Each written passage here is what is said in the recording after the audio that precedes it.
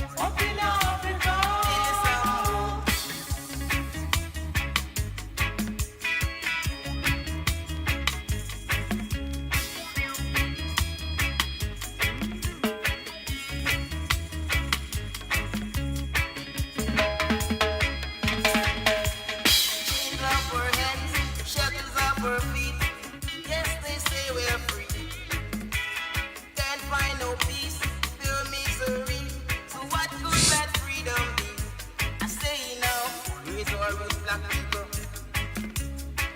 Up in Africa,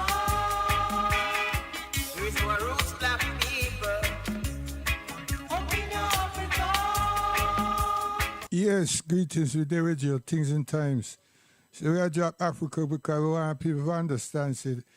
We will never, ever forget or forget or dismiss our ancestors and the slave capturing of us and turn us into slaves. Never. You understand? The insensitiveness that the Caucasian are sure should not deter us. And the fact that they don't have no empathy for us. Hey, come on, man. So we'll drop some rhythms, you know? Yeah. So things and times, we're there with you.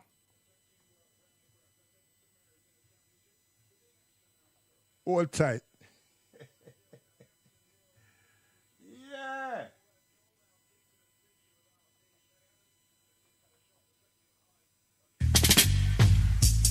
Here I come again. Rock your soul, I am man. Rock your soul.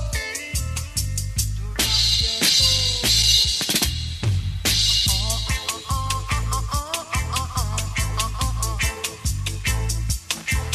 Man called Libby Thompson. Strong like Samson, you know? Still a going strong. 12 tribes of Israel. Tell them, To travel through Jerusalem. teach it to themselves. Now we are traveling through Jamaica. Warn them, Spreading every warning. Chucho. Giving every warning. Libby Thompson. Spreading every warning. Giving every Yes, I am. warning. Peace and love, I am. Peace and love, Natty Dreadlock. Peace and love, Marley. Love, love, love, love.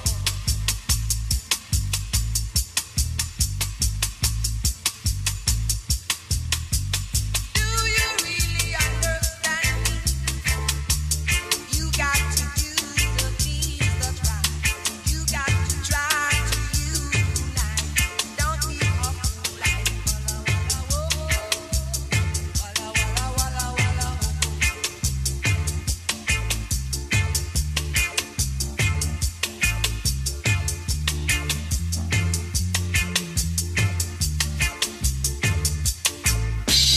One them 12 tribe man.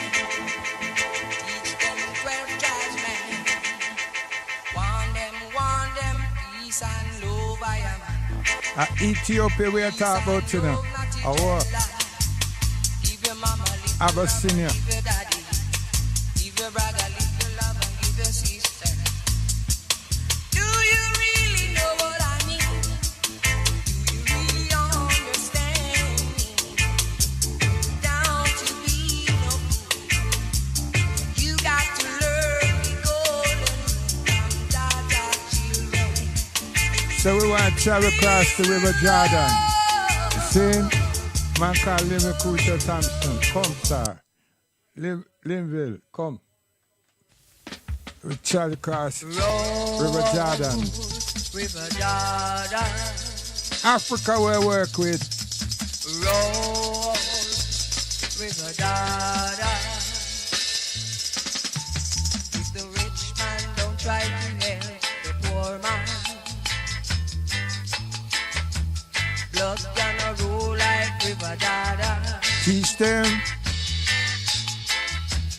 Roll River Jordan, roll, roll River Jordan. If the rich woman don't try to help the poor woman, blood gonna roll like River Jordan. Roll River Jordan, roll.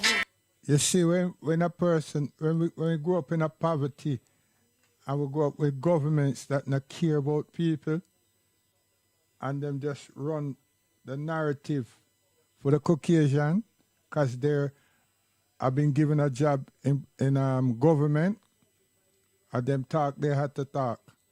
Still they're in the hills.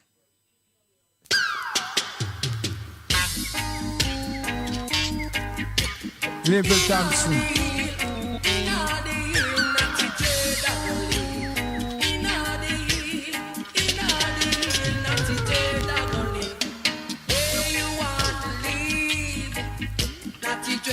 To live in the hill, where you want to live, not the dread want to live in the hill. We don't want to live too low. We don't want no one come push us around. Where you want to live, not the dread want to live in the hill. Where the morning sun shining so bright and sweet, where the cool breeze blowing so sweet and sweet. Where you want to live, not the dread want to live in the hill. We don't want to live too low. We don't want no one come choke around. I run away from the government, you know. Keep away from badness, and not just the government too, you know. Pure badness. See? So you go country and rest. You understand? Concentrate, meditate. You understand? And keep your body free of decadence, countryside, country living. So we go back to Ethiopia, Linville Thompson.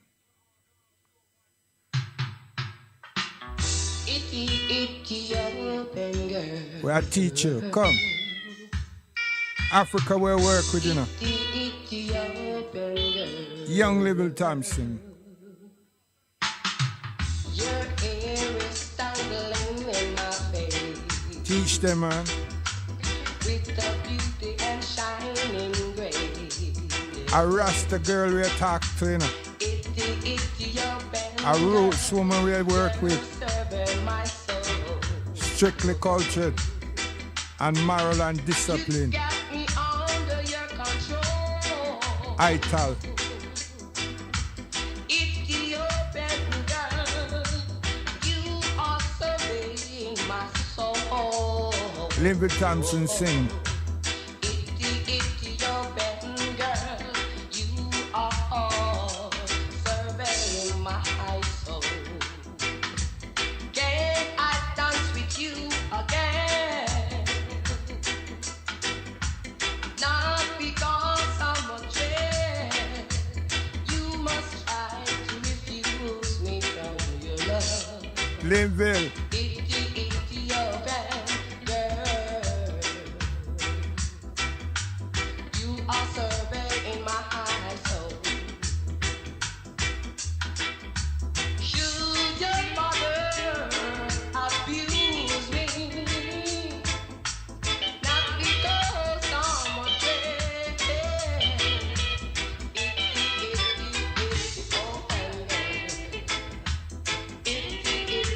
Ethiopian girl. Not because I'm a dread. Ethiopian girl. Not because I'm a dread. You mustn't try to take steps with me. Ethiopian girl. Don't try to take those steps with me. You are surveying my soul. You are hurting me. Ethiopian girl. Not because I'm a dread. Your mother mustn't try to abuse me. To abuse me. Ethiopian. At them time they know we introduce ourselves to the continent, you know. We introduce ourselves to our brothers and sisters, especially our sisters them, when them see the Rasta man. Come here. I art not up I, bongo I. Yeah, but just about that. Don't touch I dread. Look but don't touch. Take your hand from I head. You touch too much. Yeah. Beats ya dread up on I head. Yeah. It's not like your commercial dread. Can't you see I wear my locks? No merchandise, so take no stock. Don't touch, I dread. Look, but don't touch. Take your hand from my head. You touch too much. Love.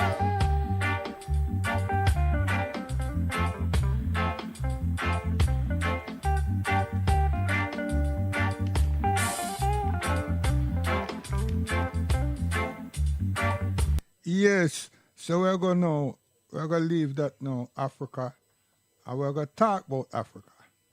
See, we're gonna talk about Africa, cause on a day we belong, and we must not forget. Melik Al-Shabazz, come in here, star. Why should the black man in America concern himself, since we've been away from the African continent for 400 years, 300 or 400 years? Why should we concern ourselves? What impact does what happened to them have upon us? Number one, first you have to realize that up until 1959, Africa was dominated by the colonial powers, and by the colonial powers of Europe having complete control over Africa, they projected the image of Africa negatively. They projected Africa always in a negative light. Jungles, savages, cannibals, nothing civilized.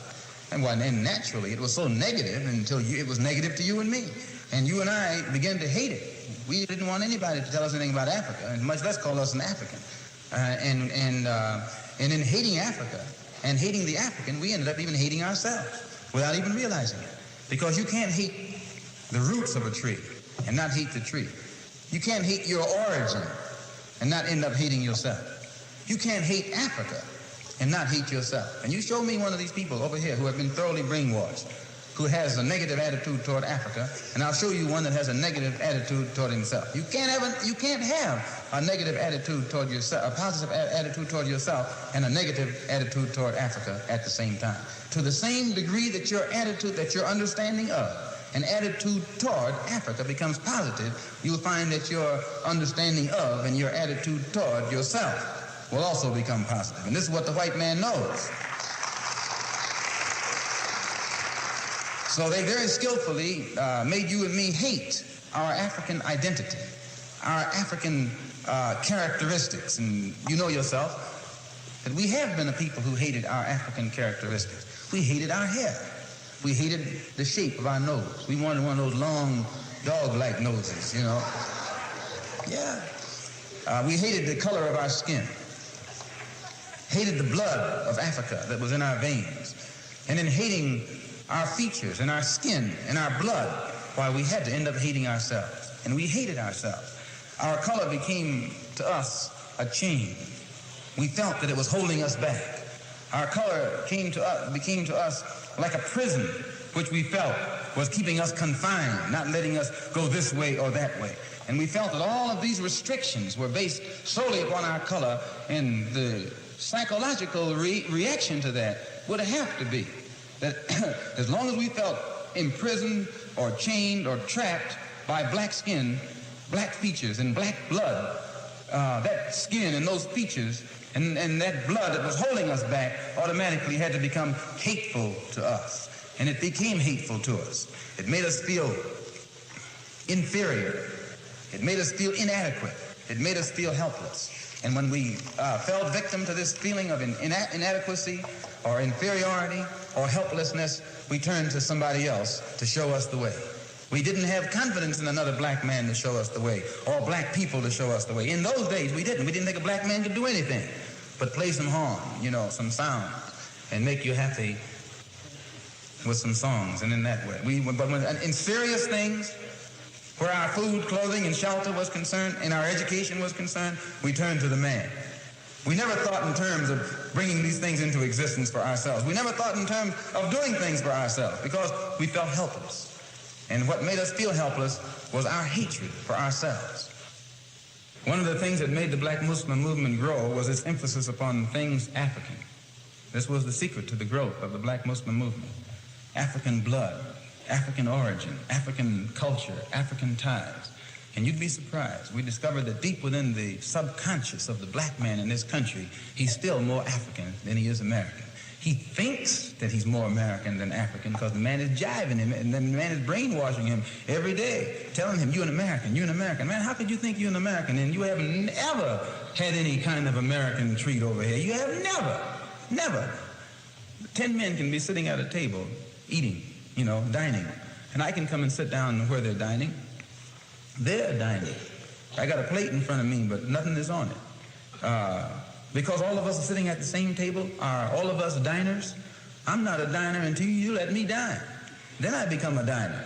Just being at the table with others who are dining doesn't make me a diner. And this is what you got to get in your head here in this country. Just because you're in this country doesn't make you an American. And no, you got to go farther than that before you can become an American. You got to enjoy the fruits of Americanism. And you haven't enjoyed those fruits. You've enjoyed the thorns.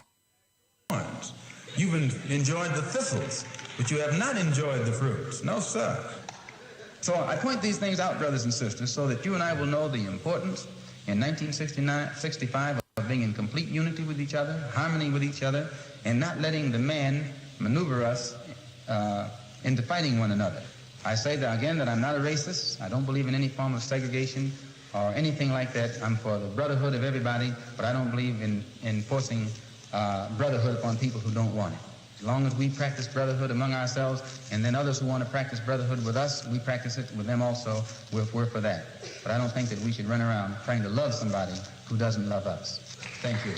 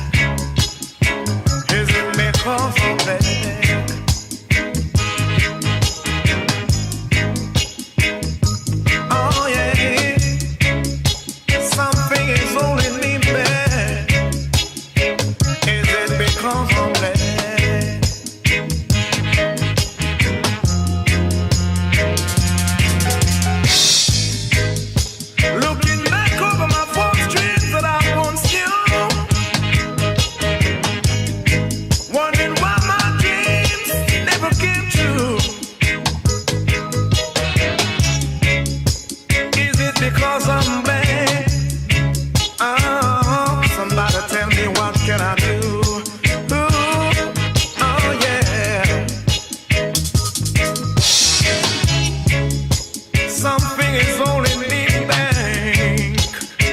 Is it because I'm black? Yeah. Something is holding me back.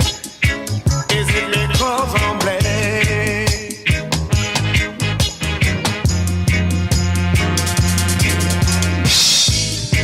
In this world of mobility, I was raised in the ghetto of the city.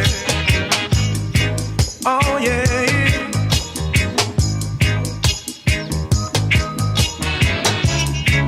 Mama, she worked so hard to earn every penny, oh yeah. Something is holding me back. Is it because I'm black? Oh yeah. Something is holding me back. Is it because I'm black? I'm black.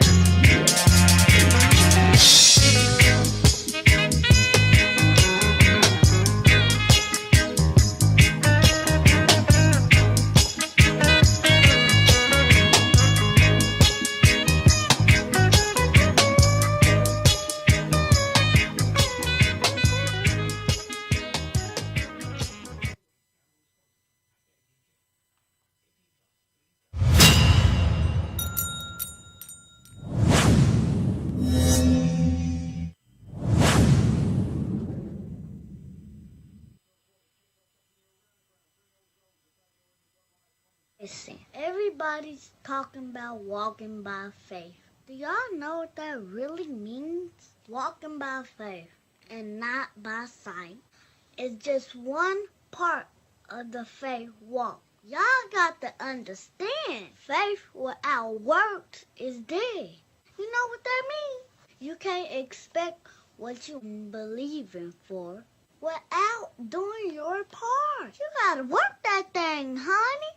It's not just gonna drop out of the sky. You got to put your time in. You got to ask God for wisdom, knowledge, and understanding. You got to do your research for what you believe in for. You got to invest your time, your energy, all that, so you can do what you supposed to do and excel in it. Y'all be thinking y'all waiting on God, and honey, God be waiting on you.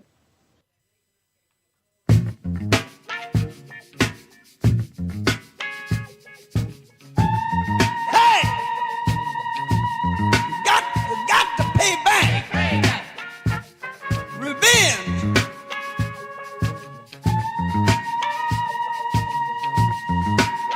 I'm mad. Got to get back. I need some get back. Pay back. Pay back. That is. Pay back. Revenge. I'm mad to get down with my girlfriend. That ain't right. Whoa! Talking, hollering, cuss. You wanna fight?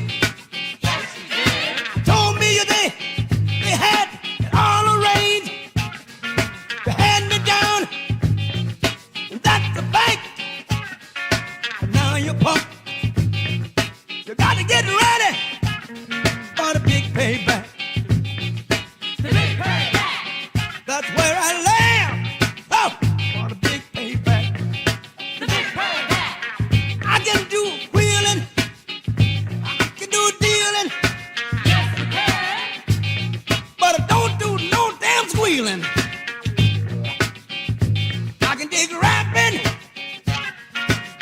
I'm ready. I can dig scrapping. But I can't dig that backstabbing. Oh no!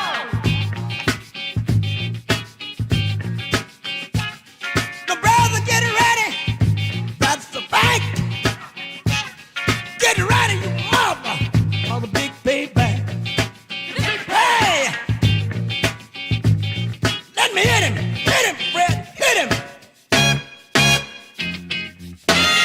Hey, hey, hey! Lord!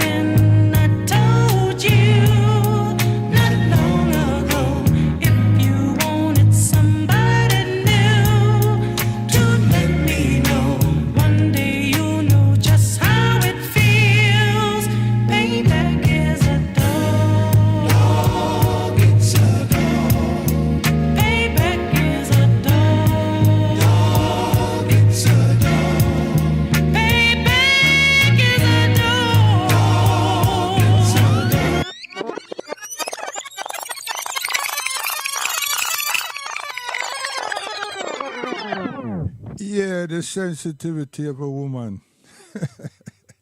That was some Marcy, I tell you. Yes, people, hear what I know. The transition of governments throughout the world and in administration, in authority, hospital, everywhere, there's a transition. It's a transition. what I mean to say about that is that these colonialist capitalist countries, but everybody except us, they inform, educate their generations. All those who are interested in social science, politics, law, geography, government, and especially those who are very proud to be a nationalist, which actually means a person who's proud of their country and their people. They will put their life. You won't have to ask it, they'll give their life. Not just blood, sweat, and tears. Not just sweat and tears, blood, their life, the whole life for their country. Natural. So, the transition, there is cultured learning, cultured indicators, not learning, indicators. That's how important culture is. Very, very, very extremely important. The indicators. And they're reflective on where their ancestors, and I talk Westernology now, where their ancestors were, what they attempted to do, the struggles,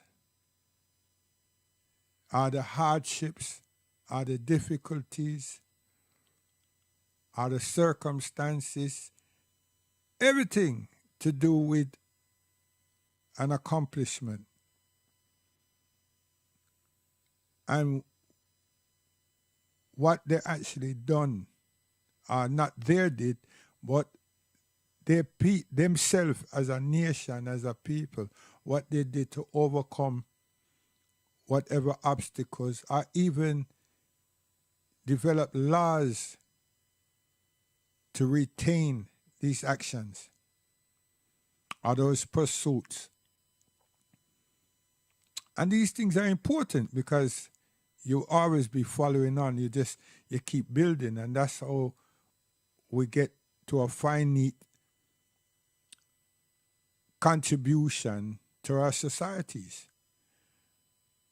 Whether it's just the society without power, inflicting the power on the nation or others. But we're not go there yet, you understand? This is just the building process. Part of the building process.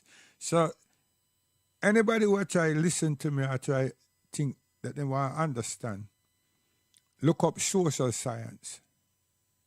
Just look it up. Just type it in your dictionary, and so forth. And you will see. And if you deal with the Oxford Dictionary, you can get a breakdown of when it was first recognized, and then it was instituted, and then the different options that was applied become applicable to social science, but was applied within society coming from that word or those titles, social science. And it wasn't an argumentative tool. I was part of the growth of that, not the development. The growth of that, but not the initial, because I wasn't on the planet. But in all these pursuits, one have to bear fruit. You sow the seed.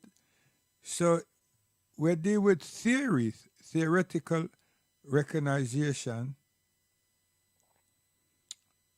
Its definition is already been established, but the recognition, and then discussion forums are there to look at, to find out how we can implement, you know, bring something into life, how we can implement the theory in society, as in school and welfare services, etc., etc. I'm saying that because we here in Britain, particularly, we know this. Their structure is based on this. And we just sit back and wait for things to happen. And then we act.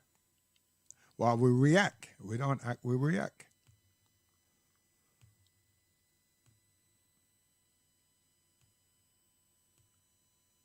Now, we have been looking for sensitive people in the British population to help us when we have problems or concerns, and the real ones is racism. And we're waiting, we're hoping, and we do go around scouting for sensitive bodies. And more often than not, we find one or two, and they're socialists. Because they have an agenda. There's nothing wrong with them. They have an agenda, and they want to get somewhere. But they're working class. Usually they're working class. The ones that's outside, that we as the ethnic communities can have access to. And they use us, they join solidarity with us in pursuing their own pilgrimage. I don't think we've recognized that. A lot of us, I don't think we recognize those things. And when they are successful, according to their assessments and evaluation, are the reason why they would undertake joining or participating with us in a housing matter, an employment matter, or a grievously body harm situation with the Metropolitan Police. If it's not something that they need to learn about or to experience, they will not get involved. Natural. But we don't see that. That's why I use the word solidarity. You see what I mean? Because everyone has an agenda except us. And it's all because we're looking for these sensitive bodies. We're looking for sensitive bodies, sensitive persons. Well knowing that there's few.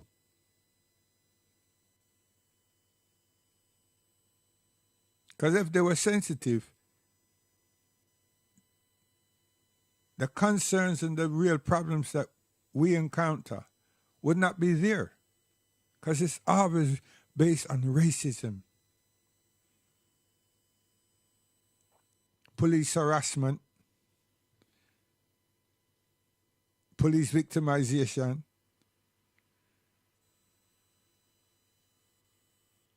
or some infringement by them on our children. And then, God forbid, see, I had to put that there, that we had some criminal activity, then the law never leaves us alone. So hence again, why we need to be together.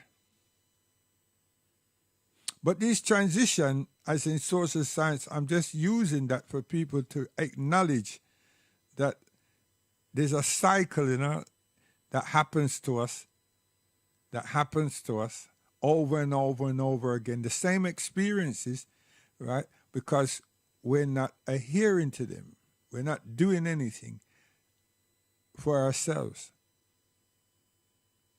I'm not saying we should go out there and look at all the different avenues and say, yo, we must brought that down. No. We should recognize, and I think we all know that there exists. But what are we doing for ourselves? Do we transition? We do.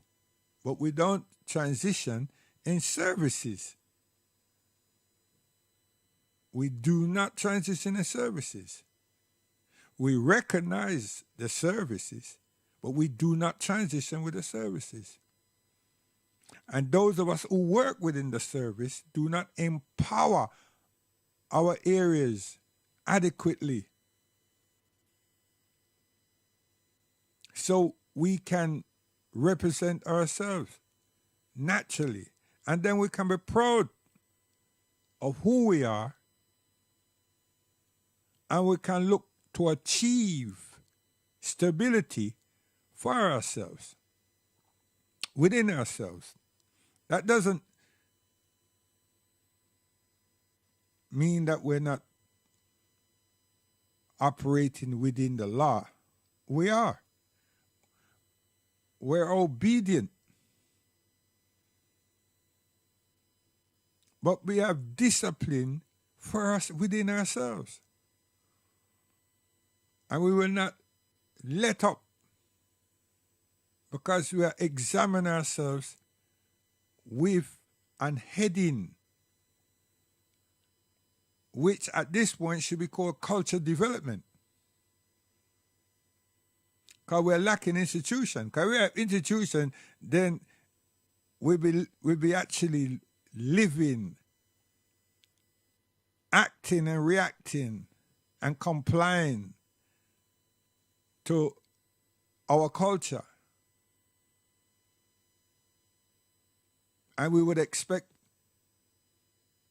to see the tolerance and the obedience and the common courtesies and all those things from us as a whole.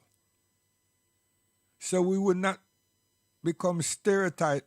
We would not let or accept the system stereotyping us. We have so much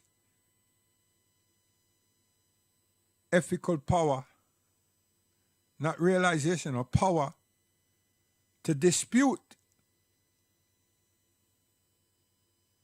the police incursions and employment incursions, and remove, to the best of our ability, a lot of the profiling. And they all look alike. Nonsense.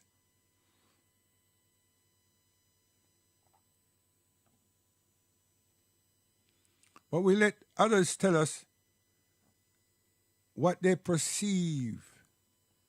And even many of us, what we perceive also as our culture. And it's usually entertainment. First thing I'm going to say, it's just that if you go out there now and you ask a child, what's a student that's going to school, just going into, even the ones that in primary, but going into secondary school, what's their favorite subject? Them tell us it's sports and entertainment, sports and music. And then if you start off by saying, no, don't give me nothing about athletics, no sport, and no sound.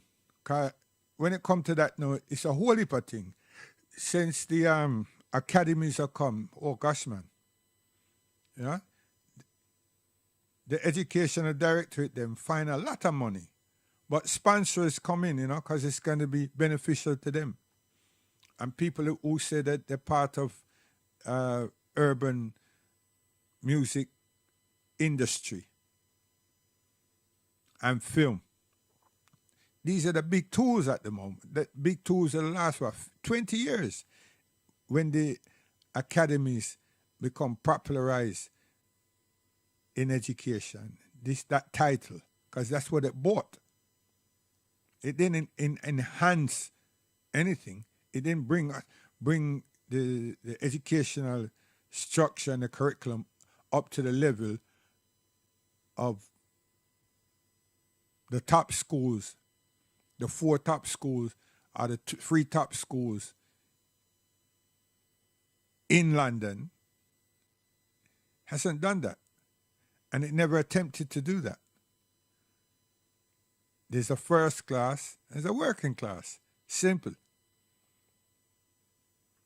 But these transitions that I'm speaking about is that there are people now in the mid-20s and early 30s that are international government officers.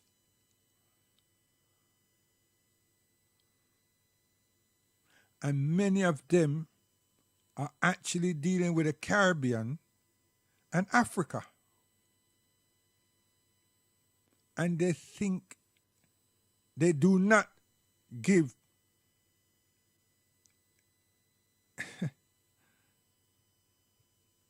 sensitive thought to the African Americans or the African Caribbean or the Africans in the diaspora conditions. And if you've been watching what's been taking place, and that's a disadvantage of us because, you know, it's the French territory, and unless we have our children or somebody who know French properly and can then translate the French into English that we all know, then we want to understand what is actually happening in that part of Africa right now. In that part of Africa right now, we're just looking at visuals, and the news is broadcast in French. So we're listening to commentaries when the British or the American news media decide to say something. And just taking that leave, we also, that's the disadvantage we have with the continent, because we haven't linked with the continent. But yet still, we recognize the continent, and more now we have a different set of people out there that trying to say that we're not Africans and Africa don't care about we and all this type of thing. You understand? But we'll go there somewhere. So this transitioning is important. So people who was looking at Africa today, hopefully, you would have saw that 3 weeks ago there was an election in Zimbabwe. And you didn't see this big hoo-ha picture in England or on Euro News or American News concerning it. Because they don't want us to think, well, you know what I mean? And the rest of the people who remember how Mugabe represented Africa and represented Zimbabwe from Chatham House and the colonial empire continuing and the land grabbers and so forth continuing their colonial economical power base. So these young people, British now, that's being groomed, as in they're being taught because they have this vested interest in their nation natural, they're brought up to speed. And they have a different approach from the last set of people that was there dealing with responding to Zimbabwe. But those people are the tutors, the aid and support to the young ones them that are transitioning, that be the front runners. And their approach was to find some young ones, naturally again, that was brought here and educated here according to what the British require of the colonial links or the areas that they still see themselves controlling, even though they must say that they give those areas independent, because then they did not leave. They left as a people running around with them guns and doing things, but they instituted themselves within the fragment and the structure and the source of design and the legal apparatus of the country. That's what they did.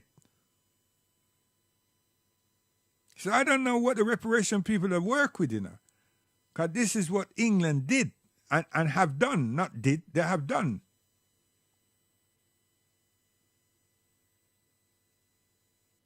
And they regulate all the affairs them from here. And them have their governor generals and ambassadors and everything in them countries. And anyhow they assess, and even if them have a feeling that we're going in a different direction to what they set out, or we're creating an image that's not applicable to the one that they wish us to have, there's problems. What's the image? If we take off the cloak, if we write our own constitution,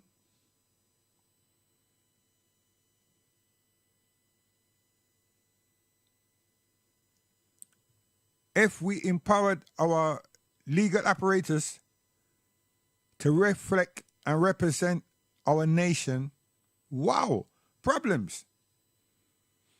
But how much people realize that neocolonialism is a very powerful, very, very, very powerful department. But yet still, we're not dealing with transition. We're up to speed with transition in sports, in football, and in basketball. Those people that, they behave like the team is, they're part of the operation. I can speak on basketball because, I teach and I'm a coach of basketball, so I understand that terminology, transition from offense to defense and vice versa. But most of the other people them out there, them behave like say them is part of the football team, and they're up to speed with the operation, as in the technical dig out and all them something there. So they will say, yo, the man them not get back quick enough. Right? So then them hear a word like transition, and the television people them yeah? And they say, yeah, okay, that's what it means. You understand? So what I'm actually saying by saying all that nonsense at the moment is that the sporting people that die hard, them understand transition. Them understand the terminology transition. But we have transition in life too, From a baby to a, you know, from a child creeping to a child walking to a child talking. You understand? And so forth. And then we go to school and the transition continues and continues. But who's looking? Who's paying attention? You don't find them something there in the Bible, you know. You can go and look. Don't bother ask the pastor. I ask the pastor. Ask him. Is there such thing as transition, the growth of humanity, the growth of a human being from a baby up? Because that's what's missing from the Yeshua story. I mean, it's in the Torah, but it's not in the Bible.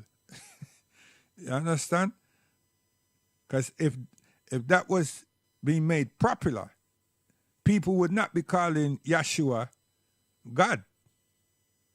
No. They would never be doing that. But that is not in the Bible.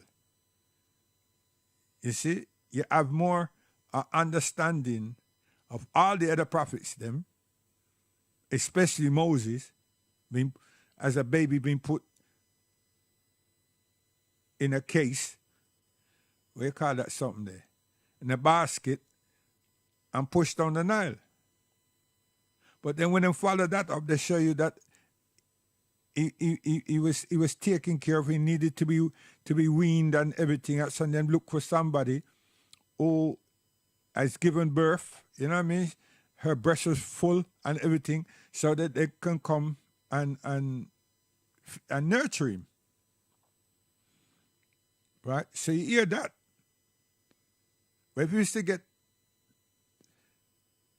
that induction about Christ, then there's no way that you're going to call Christ God. Right? And they remove the miraculous birth to say that that's God coming in as human. Oh gosh, man. So transition, I brought that in because this is transition. So what we have here is negligence on our part.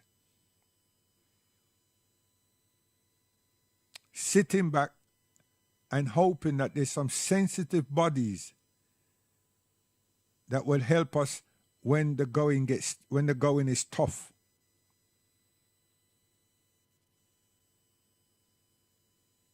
So if we took a model or an example of the lockdown and the COVID and everything, we were looking and hoping that there were sensitive bodies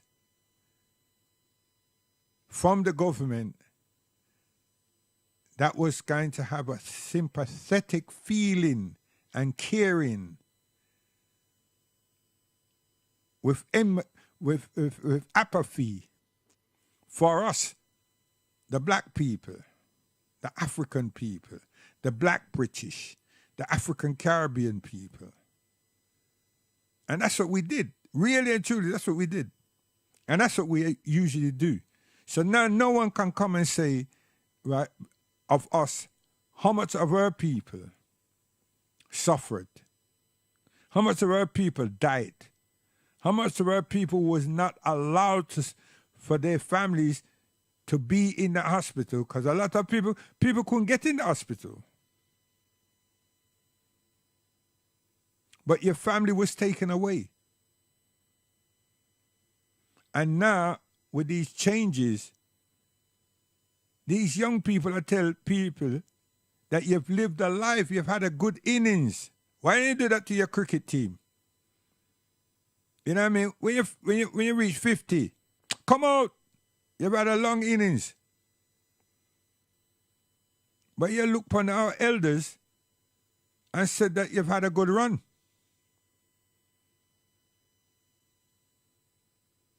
And the treatment and the resources and the medication that you have can be better served with people who are younger.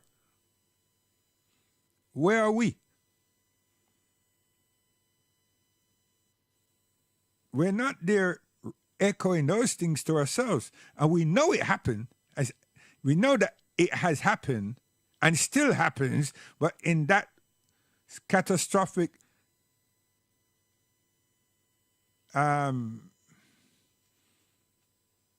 illness, health concerns, because it wasn't just us, but we have to look after us.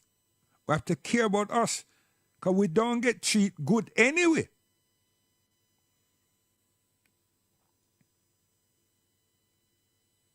And then the thing dies down and so forth.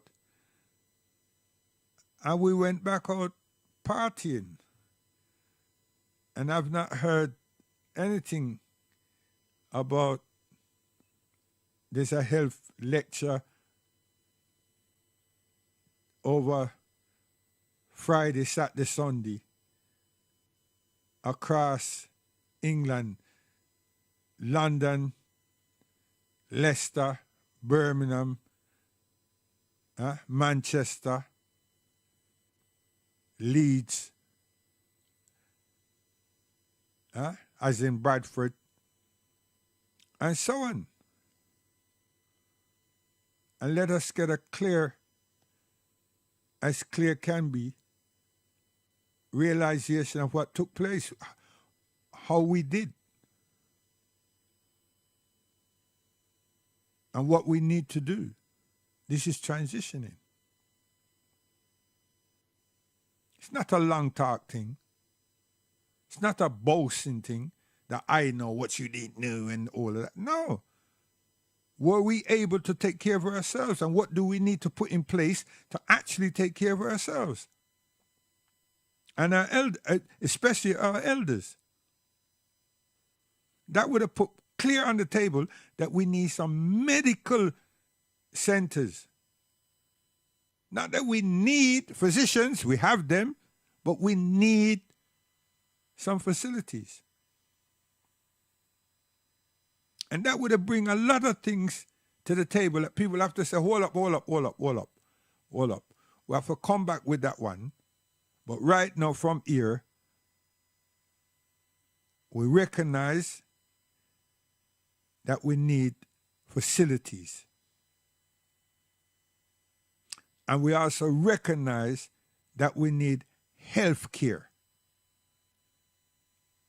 as in these facilities. So instead of having two rock, we'll work with one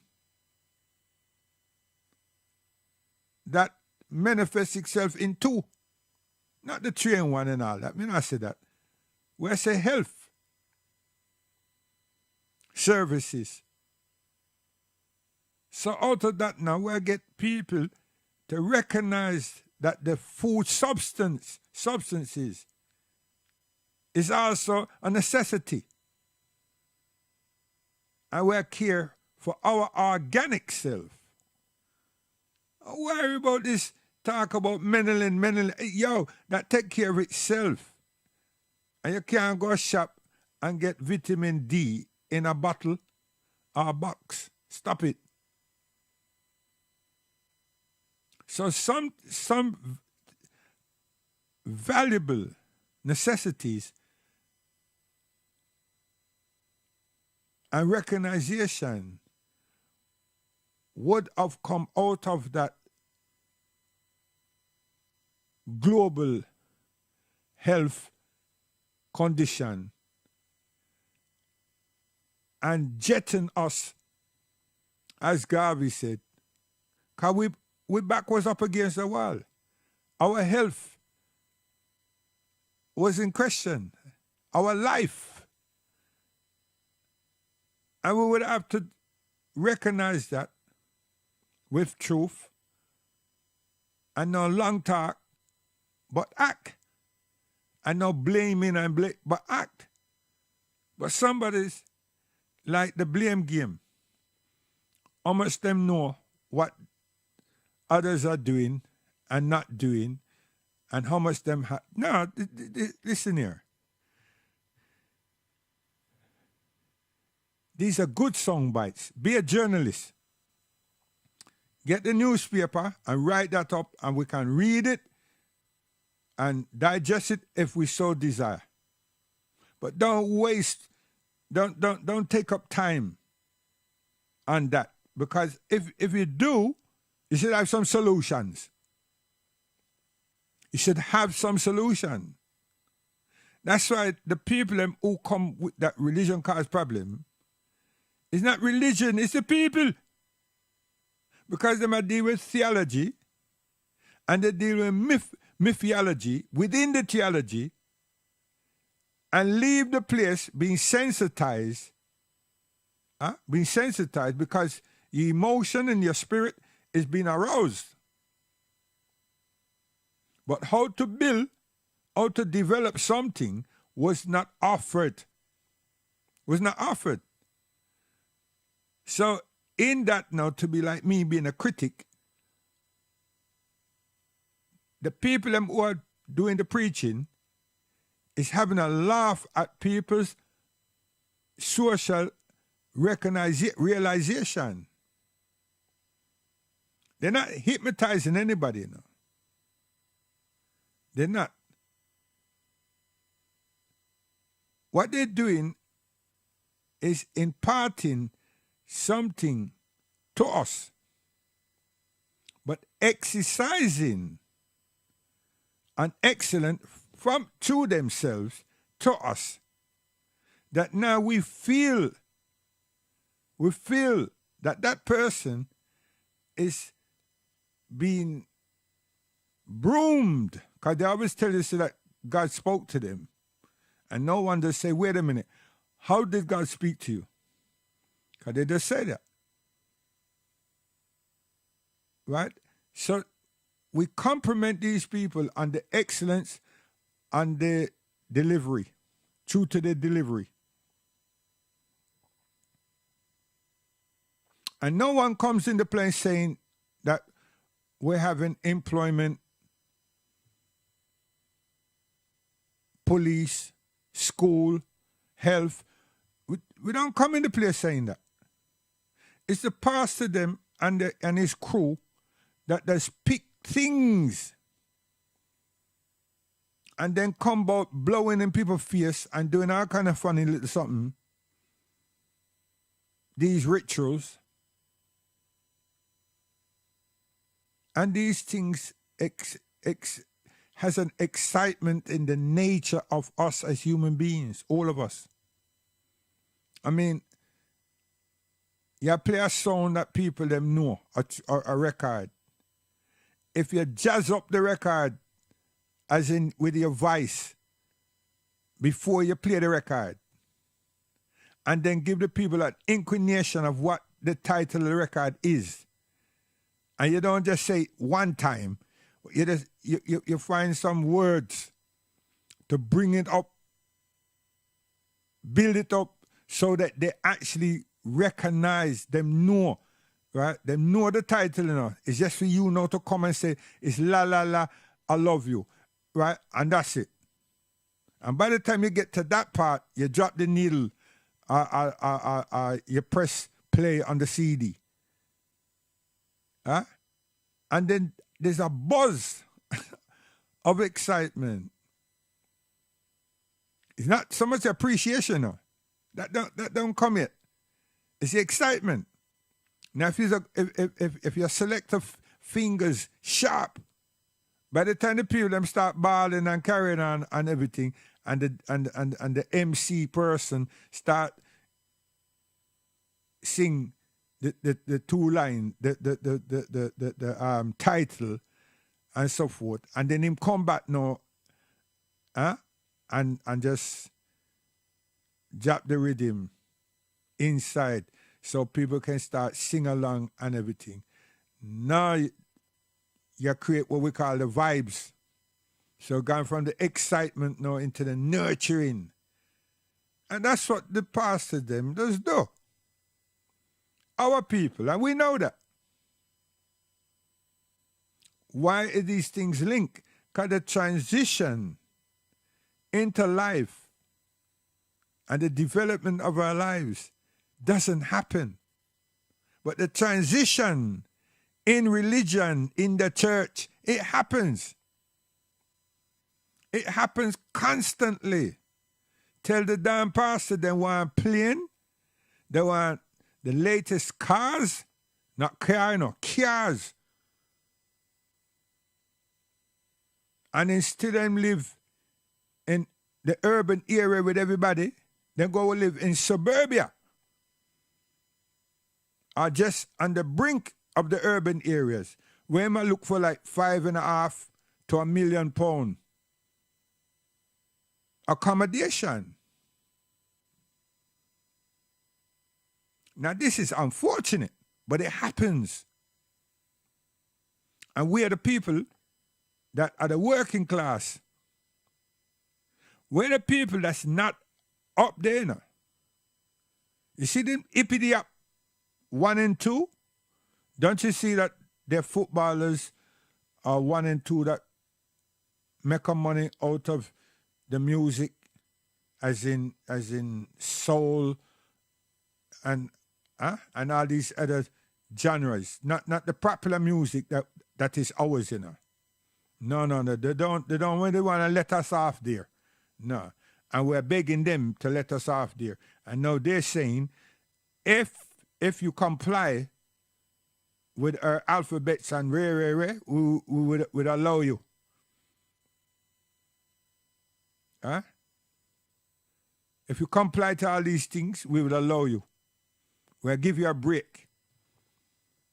Huh? We'll give you a couple 100,000, see how you behave in the first round.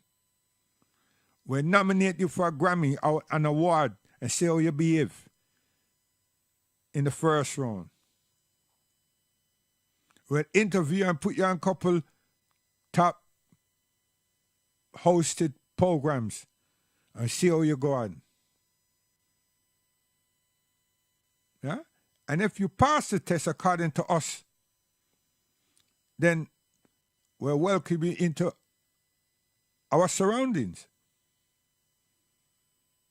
Yes, you think say them going to let you do that? Because we depend on people to be sensitive to our requirements. We're depending on people to tell us that they're heartless and they have no empathy for us. Unresponsive. But yet still, we're contented with that. Because now look, the football season is back, right? And 2 more months, the basketball season is back. And all those things are going to come in on the popular channels. The basketball is going to be a replay unless you have the money for spend. But the football is right there. You still have to have the money anyway, but it's right here. And then take a non-skillful league to tell you it's the best league in the world, and everybody a flag it up that lives in England, a flag it up. But yet still when they want players, them go foreign, them go Europe. So if you're the best right here, why the clientele not come from right here? Because you don't have no talent. You don't have no talent, you just have a league. And that's what I try to tell enough man, you know. But them two wrap up in them foolishness. Huh? You understand? Them not look outside. They not look outside.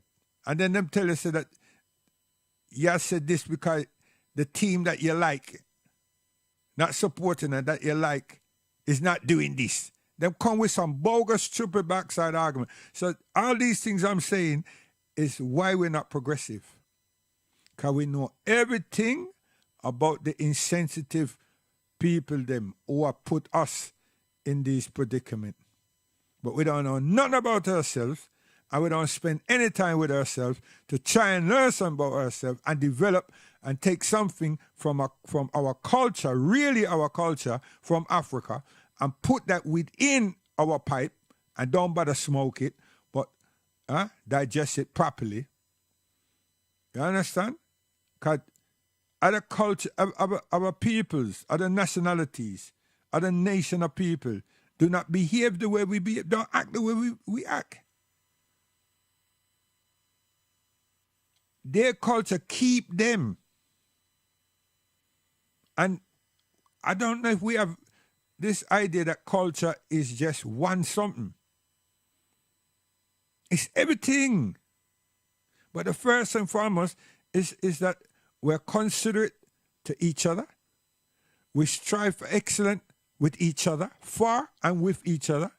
And we're very protective of ourselves. Huh? And we deal with humanity and humility. And we're not accepting any kind of encroachment that is going to put us in one of these bad wicked. And we're not going to allow anyone to come and assimilate our culture values. No. We're not going to do that. And we're not going to behave like somehow our culture need refining because why we have some kind of social intolerance here and there and everything. And then we discuss it now. The people then put one group of people them that on Channel 5. Then before the week finished, another group on Channel 4. And then on BBC 3 come weekend or the following week.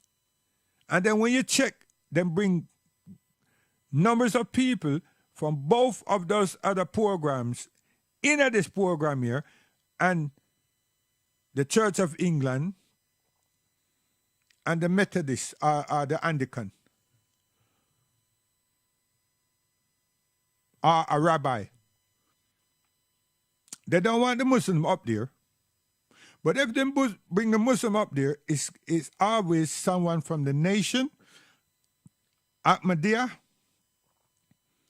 or they use the word Muslims to say that these 9/11 and so forth, we don't want those kind of jihadis, and right, so they just drop that like that, and then the feminists would turn around and say, but you know, you got the hijabis and blah blah blah, and what's real popular when them talk woman, circumcision, you know, and that would just make us look like we're still trying to find out who the hell we are, which is true, but we're not trying to find out who the hell we are in England. We're not. We're trying to find out what our culture is in totality, because we didn't go into Africa,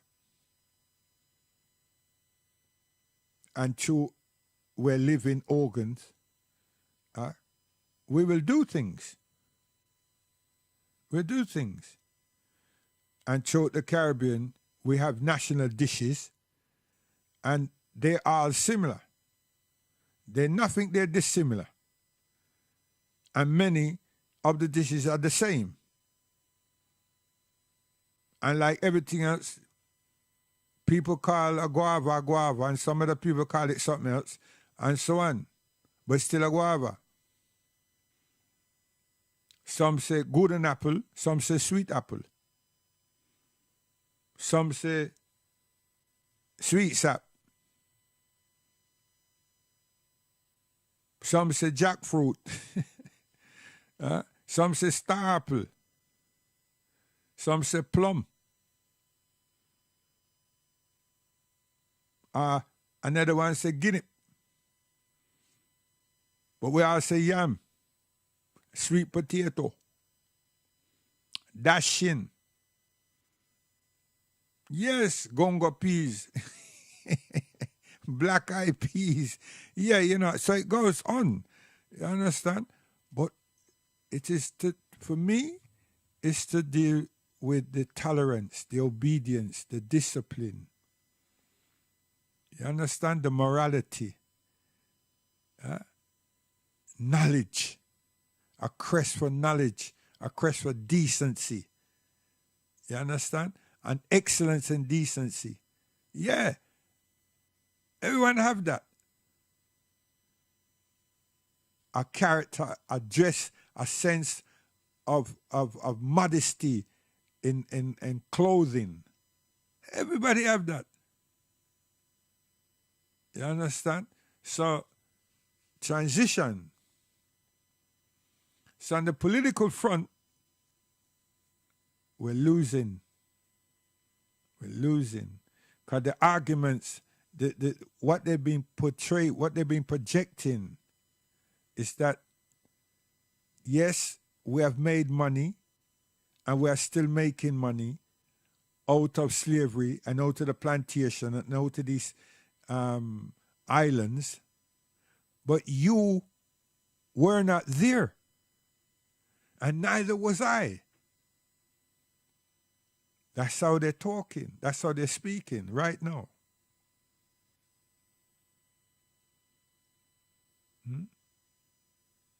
Heartless. Unresponsive. That's them. What kind of reasoning we're gonna put out there when we're not together? This is not a time for shouting and reiterating. No. That shows that we ourselves are not sensitive. We're damn well insensitive. And when I'm not understanding and we're not considering others, we work off our own hymn sheet, individual hymn sheet.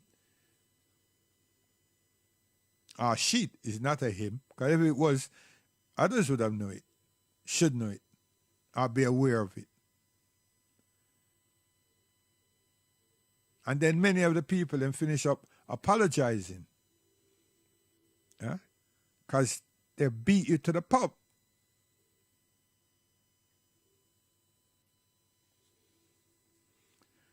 So, transitioning. And the whole legal apparatus, from this country to the international court and the European courts, is not so much in their favor. Them understand the jurisprudence of all of these things and the legislation within those three legal apparatus. And they can quote the earliest and the latest presentation that was discussed or was handed in to the United Nations and the European Council.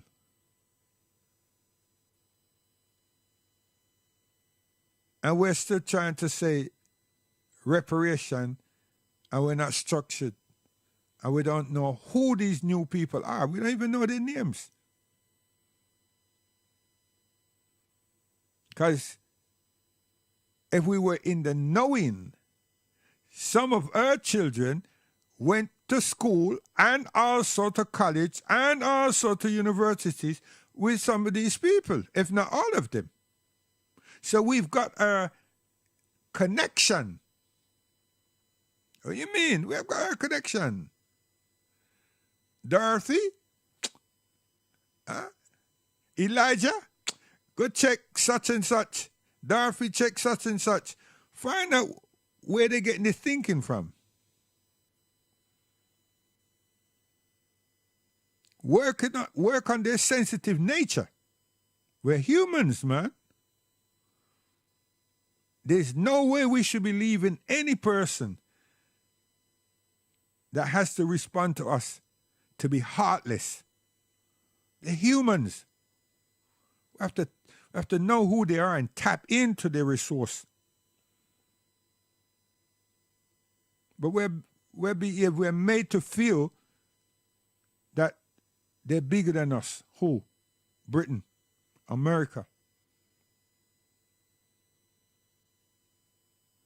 And how does this happen?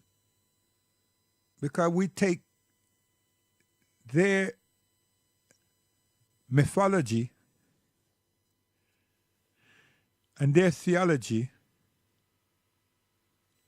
as our guide in life. That's why our culture is so erroneously to understand what it is.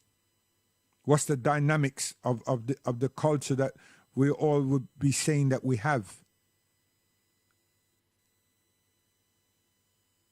We hold dear to following their lead with their mythology and their theology as Christians. That's what we do. That's how they taught us. So we don't have a free minds. We're not free thinking. We're not constructive thinking people. We're constructive talking people, but we don't apply. Unless the master tell us that we have a right, or they will us to do, or they would award us and say, very good idea, boy, very good idea. And many times they tell us that. They don't, I'm just... and then they want us to give them that in print. Because they want to find out who is your associates. How did you come by such a thought? And we give them the whole dossier. And that makes us feel so good that we've accomplished something. That Guana says, blah, blah, and your wife want to sniff at what you've been working on night after night, day after day, and you don't give her the privilege to read. But here comes Mr. Big Man, or big woman from some department you give them. And it's not like they order you, but it's the way that they position themselves to you, they actually did.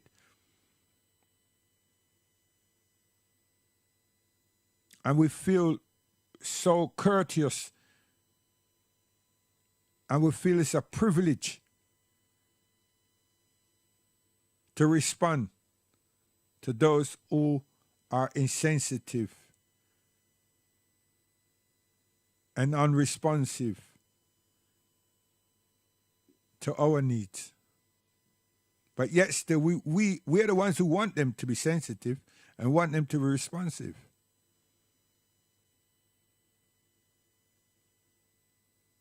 And whether we can evaluate if they are or not,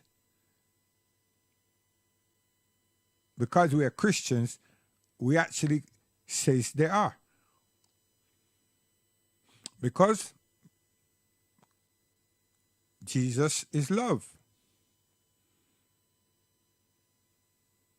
So when such people start talking about we are indoctrinated and this and that is a cult, the biggest cult and the biggest indoctrination is Christianity.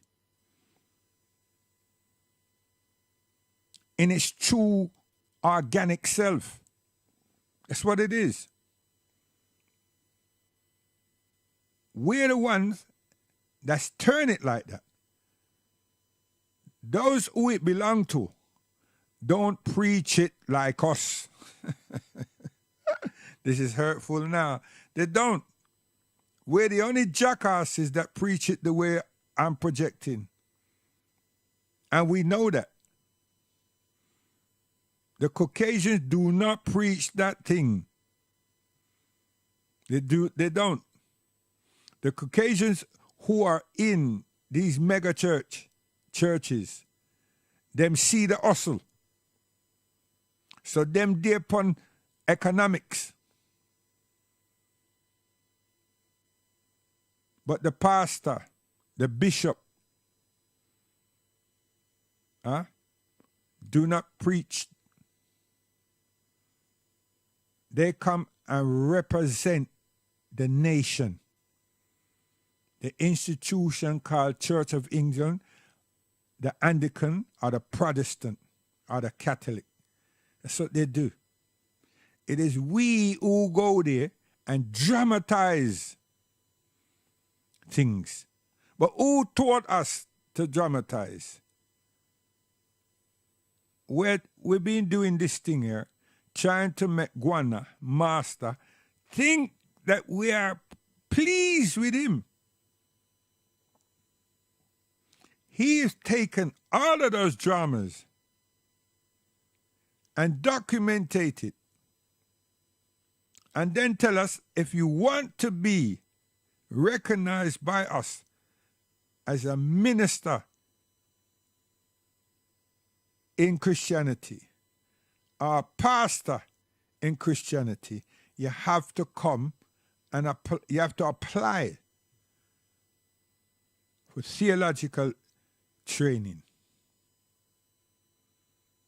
Then once you've received that training, now you have to display how you're going to conduct yourself and deliver.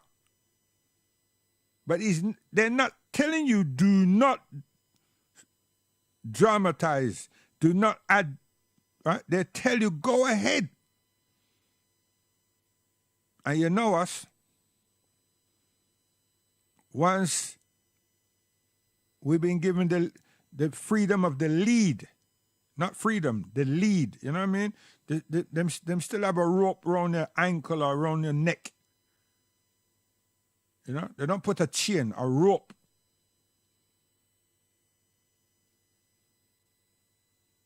And then you go out there, get the tambourines and everything else, and start the drama. And you will be monitored, assessed, and evaluated. And then they just ask you, behave yourself, and you're doing good. You get charitable recognition, and now you find yourself self-employed. Huh? And if you're up in eventually these parts of London and so forth, your state is good. Especially if you have good command of the English vocabulary, English grammar. My gosh, man. Instead of having an African or black man church, you have a national church, because they will put you in one of their grids. But naturally, you would attract the Caribbean or the British blacks within that borough.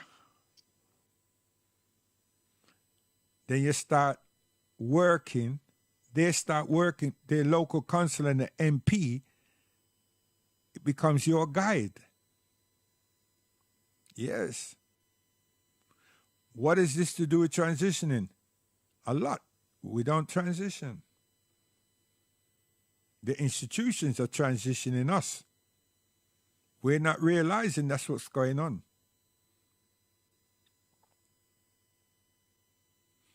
Before I come up for retirement,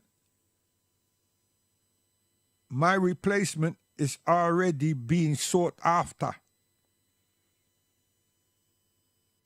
My replacement is introduced to me.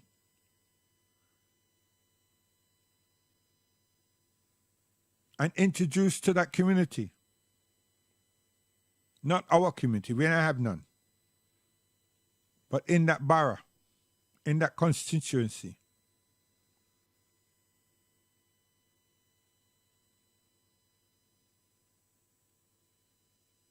And maybe they move me out because of the good work I'm doing, and there's someone there, but I'm now used to go and develop another wicket, or enhance or support another wicket. Someone that's got true potential, but they need to be reined in a bit. And now I'm the tool to do that. And I look upon it as promotion. And it's not. It's not. The churches, the black men the pastors in the church can help the transition, help the direction of our people in this country easily, if they want to. If they recognize and if they want to. They can help with the transitioning, can help with the building and the orchestration and the development of an infrastructure in this country that's beneficial to us and also others. Will be beneficial to us, top priority, and also others. Because we live here. We exist here. But we don't need the baggage. We don't need the racism. We don't need the victimization. All them things they need to be pushed aside, right? And the only way we can do that, right, is to structuralize ourselves. We can't go into the people in head, the whole population, and wash out the madness that some of us have. And I say us. Okay, if we're going to try to do that to them, then there's things that we need to do to ourselves too. You understand? And we're not God. We don't have that power, that ability. We don't know how to. We're taught for 1,000,000 years and never conclude anything. But once you start doing for self, and institute culture within that, education, information within that, we will have so much tolerance for ourselves. And we will be very considerate. The emotions and everything be still there, no problem. You can't stop person from emotion. No, we're not God. But we'll work with excellence. We'll work with excellence. And we'll have some diplomats doing what? Going in and out of Africa, not on their own behalf, on our behalf. We'll be culturally doing exchanges, should be, and economical exchanges. Having organic food, 100%.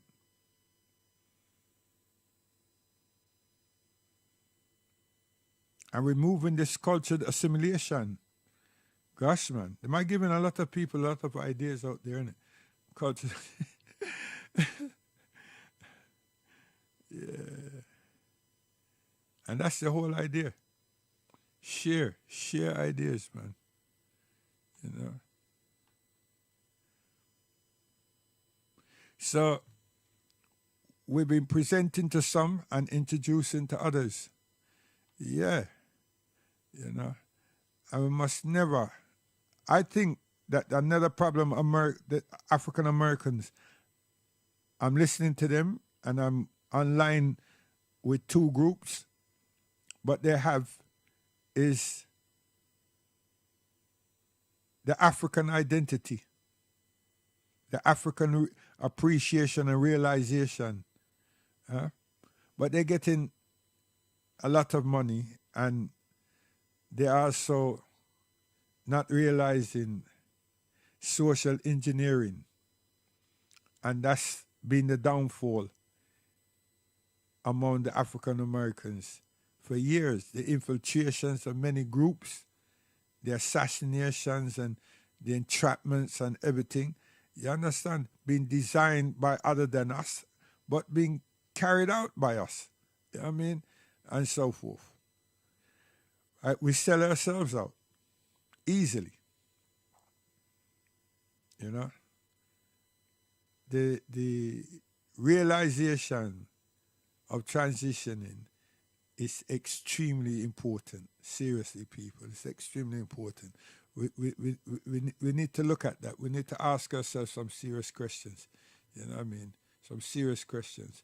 Where are we in the scheme of things? I mean, are we aware? Sometimes we are asleep. You know what I mean? Sometimes we are sleeping. So, where's the guidance and give thanks for the listening. You know what I mean? And don't think so that me broke the chain with Al-Islam. Never.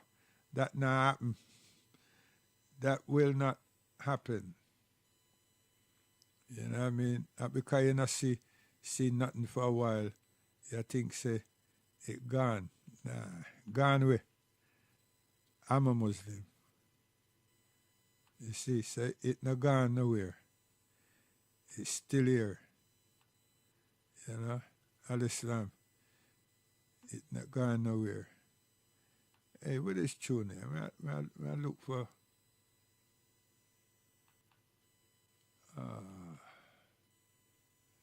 so because we mentioned church, because we mentioned Christianity, you understand? It's where the fools. You see, it's where the fools. Because we behave like say we can't read when we read. I don't know what's that all about. So, my brothers, my sisters, guidance.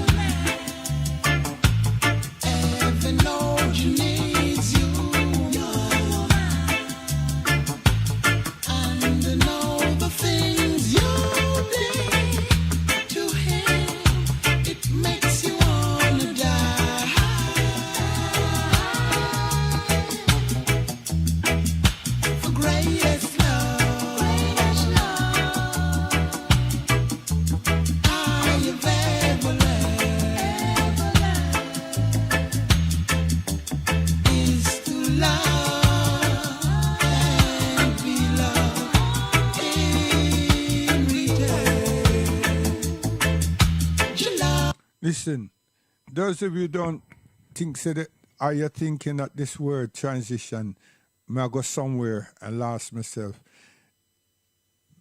Many years ago, you know, we had a heart surgeon, and I think he came from South Africa, right? Him and his colleagues did some real serious work in heart transplant and so forth, right? That person and many of those persons, some have gone, but they are of age. Them can't even attempt an operation, right? And everything. They have passed on their recognition, their knowledge, or their abilities to others in the pursuit of heart transplant. And there was a team. There was not one person, but the person, I can't remember his name, you know. That person, it was his desire to look at the heart, as well as many others. You understand? And he traveled. And one of the things with his traveling, he was able to look, see some things that he never thought of, right? And this is what you call exchange, this human connection, exchange of a person, inquisitiveness and abilities and research and everything, yeah? And don't have this thing where that you're positioning yourself that is I. No, man, right? So he was able to put a team together. And the same thing happened across Europe and in America. And I nearly just see the person, the man face, right? A Caucasian. And he conducted these heart transplants and everything. It was just now to try and realize that when they do a transplant, the person who they take the heart from was that person clinically dead? Huh? And how long? Right? So what's the legal premise in taking a person who's not going to be able to live, that organ from them to place in someone else's body? And this legal ramification is what it came down to at the end. They work on that and work on that. But it's not the persons them who do the medical work, you know, the transplanting and looking at the regulations and the different machines and everything. It wasn't them. It was another set of people that's looking at life and looking at the locality, what should now be localities. If some person decide that this other person need a heart, and them just take the heart out of this other person and give him because somebody exchanged, right, and so forth and so forth. And this is the evolution of man, right? And then this is the transition of man and his knowledge and his inquisitiveness and his curiosities. We're not at these levels, you understand? And these transitions happen, right? Like now we have a new generation just come out the street, and they're in the employment market, and colleges are filled with hundreds and thousands. And 2 years ago, many of them is unemployed. So they re-entered the educational apparatus. What structures have we got taking care of all of these people and helping them through the struggles of life and prohibiting them from going down into vices? Because if we, the parents, don't have our lives structuralized to a level that we can continue to maintain and take care and protect our children, what is it that we've transitioned to? Simple. So, guidance, you're gone. Boy.